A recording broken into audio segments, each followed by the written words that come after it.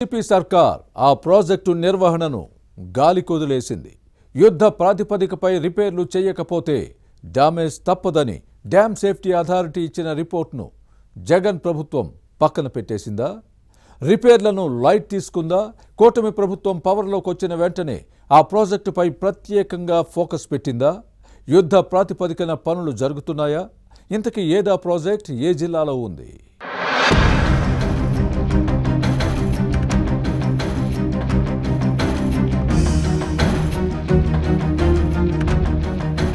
నెల్లూరు జిల్లాలో సోమశిల ప్రాజెక్టుకు ఘన చరిత్ర ఉంది. ఎన్టీఆర్ హయాంలో ప్రారంభమైన ఈ జలాశయం ద్వారా లక్షలాది ఎకరాలకు సాగు, వందల గ్రామాలకు తాగునీరు అందుతోంది. సుమారు 12 లక్షల ఎకరాలకు పైగా ఆయకట్టు సాగవుతోంది. అయితే ఇంతటి ప్రాధాన్యత ఉన్న ఈ ప్రాజెక్టుని జగన్ ప్రభుత్వం గాలికొదిలేసింది. వైసీపీ ప్రభుత్వం అధికారంలోకి వచ్చిన తర్వాత వరుణదేవుడు కరుణించడంతో వర్షాలు బాగా పడ్డాయని పార్టీ నేతలు చెప్పుకున్నారు.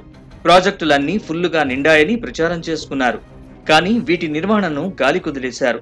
దీంతో ఉమ్మడి కడప జిల్లాలో అన్నమయ్య ప్రాజెక్టు కొట్టుకుపోవడంతో దేశ ప్రతిష్ట మంట కలిసిన లైట్ తీసుకున్న ఘన చరిత్ర జగన్ సర్కార్ది. పైగా కుంభవృష్టి, వరద పొంగుతో ప్రాజెక్టు కొట్టుకుపోయిందని నిస్సిగ్గుగా చెప్పి జరిగిన తప్పుతో పాటు నష్టాన్ని కూడా సమర్థించుకుంది అప్పటి ప్రభుత్వం. అలాగే ప్రకాశం జిల్లాలో గుండ్లకమ్మ ప్రాజెక్టు గేట్లు కొట్టుకుపోయినా తమకేమీ పట్టదనట్లుగా గమ్మున ఉండిపోయింది. పులిచింతల ప్రాజెక్టు గేటు కూడా గుండ్లకమ్మ గతే పట్టిన చీకు చింత లేనట్లుగా వ్యవహరించిన తీరు జగన్ సర్కార్ది.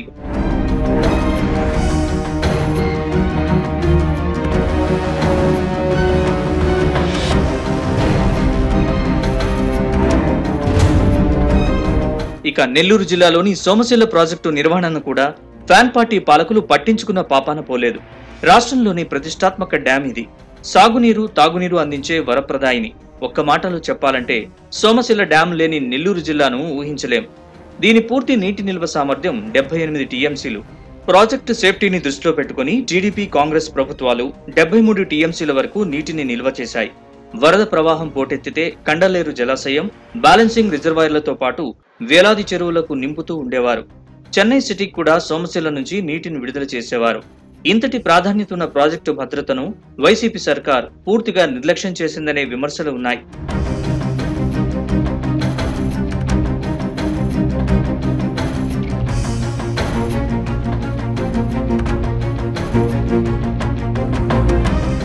ఈ జలాశయం నీటి నిల్వ సామర్థ్యం 78 టీఎంసీలు. పూర్తిగా నీటిని నింపామని చంకలు గుద్దుకుంది అప్పటి వైసీపీ సర్కార్. డ్రోన్ కెమెరాలతో చిత్రీకరించి జనానికి చూపించి గొప్పలు చెప్పుకుంది. అప్పట్లో కురిసిన వర్షాలకు ప్రాజెక్టులోకి భారీగా ఇన్ఫ్లో పెరిగింది. దీంతో పొంగి పొర్లే పరిస్థితి వచ్చింది. 4 లక్షల క్యూసెక్ల నీటిని ఒక్కసారిగా దిగువకు విడుదల చేశారు.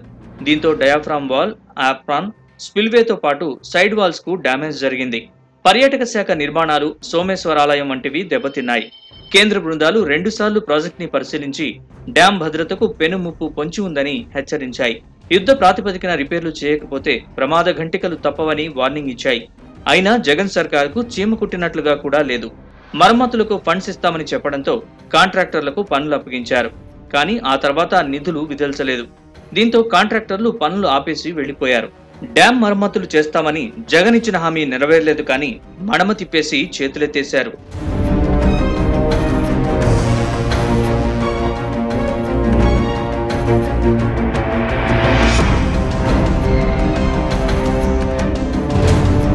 ముఖ్యమంత్రి చంద్రబాబు నేతృత్వంలోని కూటమి ప్రభుత్వం పవర్లోకి వచ్చాక సోమశిల డ్యాం ప్రాధాన్యతను గుర్తించింది.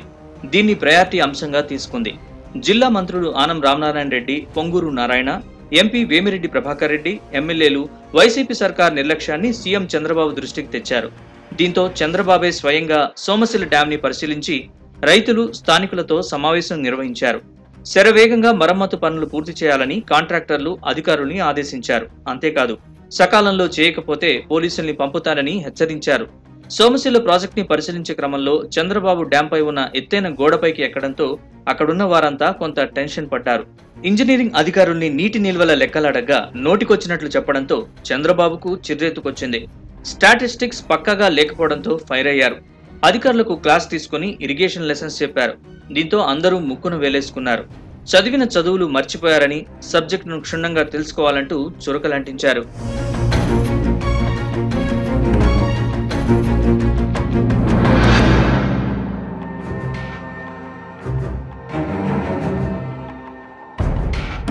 అంతేకాదు వైసీపీ సర్కార్ నిర్వాకంపై కూడా చంద్రబాబు నిప్పులు చెరిగారు.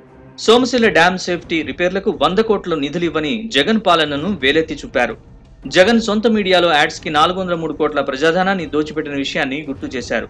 అలాగే విశాఖ ఋషికొండ ప్యాలెస్ కి 500 కోట్లు, సర్వేరాళ్లపై జగన్ బొమ్మలకు 700 కోట్లు వృధా చేసిన విషయాన్ని ప్రస్తావించారు. ఆ సొమ్ముతో భారీ ప్రాజెక్టు నిర్మాణం పూర్తయ్యేదన్న Chandrababu comments political, administrative circles లో హాట్ టాపిక్ గా మారాయి.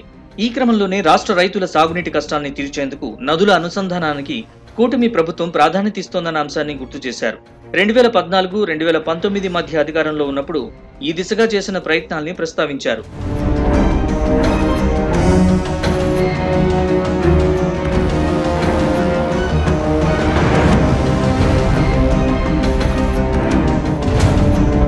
రివర్ లింకేజ్ చేస్తే ఏపీకి నీటి కొరతే ఉండదని చంద్రబాబు మొదటి నుంచి చెబుతున్నారు. ఆ క్రమంలోనే ఇటీవల పోతిరెడ్డిపాడు హెడ్ రెగ్యులేటర్ నుంచి కృష్ణా జలాల్ని పెన్నా నదికి విడుదల చేశారు. జగన్ జమానాలో సోమశిల డ్యాంలో నీరు అడుగంటడంతో 8 టీఎంసీల డెడ్ స్టోరేజ్ లెవెల్ కి చేరింది. కూటమి వచ్చిన 2 నెలల్లోనే 25 టీఎంసీలకు పైగా నీటిని నిల్వ చేసింది.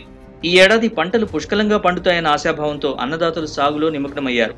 చంద్రబాబు 2 నెలల్లో పరిపాలనను పరుగులు పెట్టించారని, 5 ఏళ్ల జగన్ ఏలుబడిలో అష్టకష్టాలు పడ్డామని, అప్పటి ఇప్పటి సర్కారు మధ్య ఉన్న ఆ తేడా క్లియర్ గా కనిపిస్తోందని సింహపురి వాసులు చెప్పుకొస్తున్నారు. ఇదే తీరుతో వ్యవసాయ, పారిశ్రామిక రంగాల్ని ముందుకు నడిపితే రాబోయే రోజుల్లో వైసీపీని పట్టించుకునే వారే ఉండరని పొలిటికల్ పరిశీలకులు భావిస్తున్నారు.